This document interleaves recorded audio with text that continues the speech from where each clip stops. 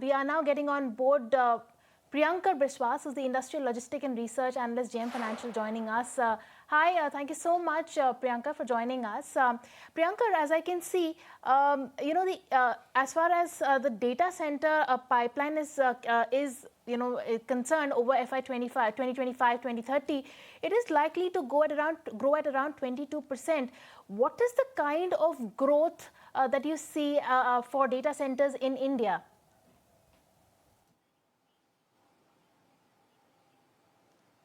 Yeah, thanks for having me. So data centers, we think that from a level of roughly like a 1.5 gigawatts we have today, we would probably reach somewhere close to 5 gigawatts times by like 2030. That's on the present pipeline. So that is sort of the growth you can expect. And of course, most of this growth would be the co-location space, almost like 90% of that. And we have actually put out some things on that, and we can say that this sort of strong growth has like positive impacts across the space that we look at, that is particularly industrials. All right. Also, are you seeing any demand slowdown, or order books is still strong for you?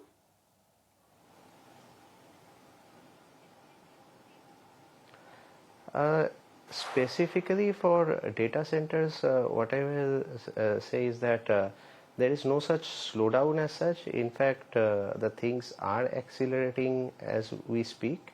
The pipelines are fairly quite robust, like looking forward into the next couple of years. And we are seeing that reflected in company results as well, in a sense.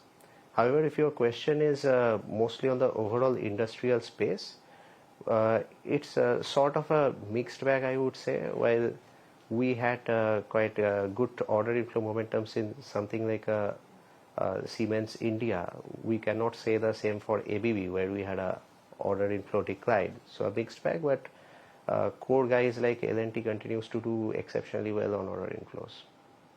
Right. Also, talk to us about the momentum as far as private capex is concerned versus public capex momentum.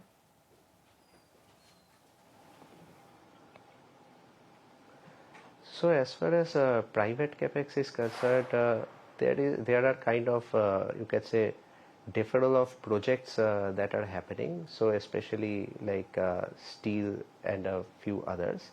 So this is something that has been flagged by managements like ABB also in their calls, and like big ticket projects are getting deferred.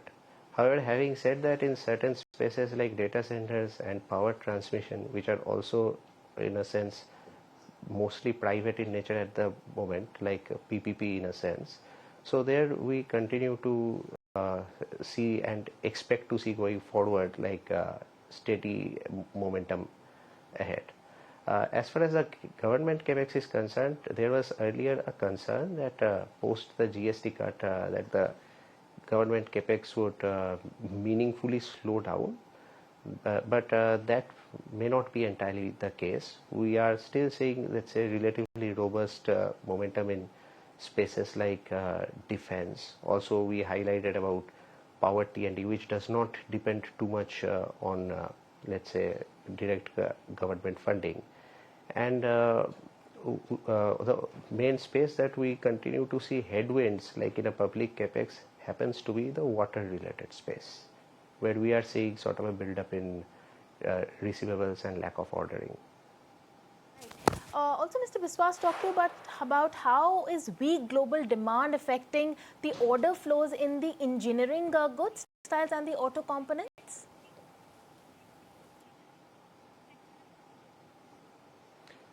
So textiles is not something that at least I as a sector that we look at, neither is auto components is something that we look at.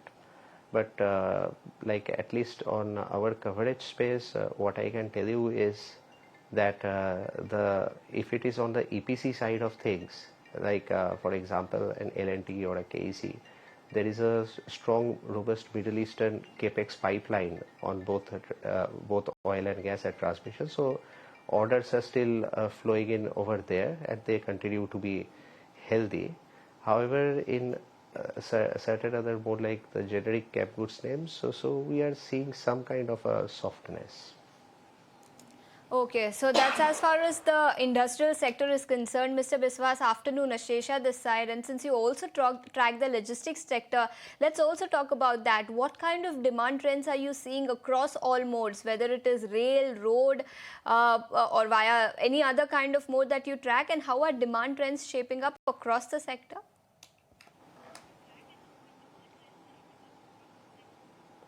So let's first talk about railways. So railways, it is always known that it's a more eco-friendly way of transporting cargo.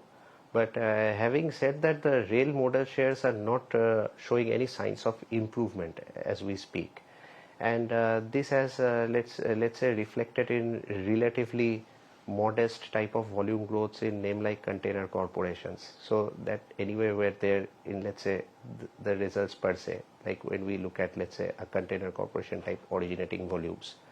So that is one issue that we are clearly seeing. On the ports side of things, while there is a issue related to iron ore exports from the country, so that has impacted volumes somewhat. However, the container trade data as far as the ports is concerned has relatively remained robust, and that has sort of helped in the profitability of certain large players like, let's say, Adani ports. Understood. So that's as far as demand trends are concerned. But then what about pricing?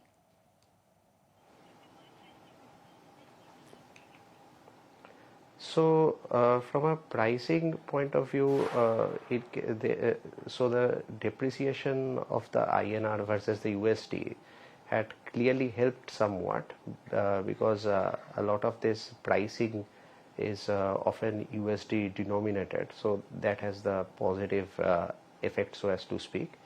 We have generally seen reasonable demand, and the pricing as far as port logistics companies are concerned, including related to import of liquids or LPG, for example, Aegis Logistics, all those have remained quite firm, is how I would say. There is no perceptibly negative impact. I would, on the contrary, say that pricing resilience has been shown.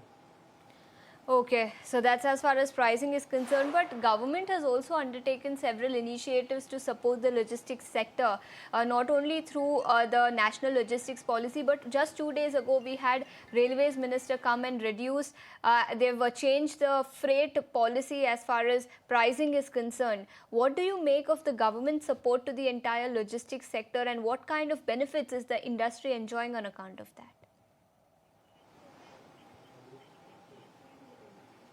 So what I have seen recently is probably what you are referring to is about movement of cement specifically. That is what we have noticed of late.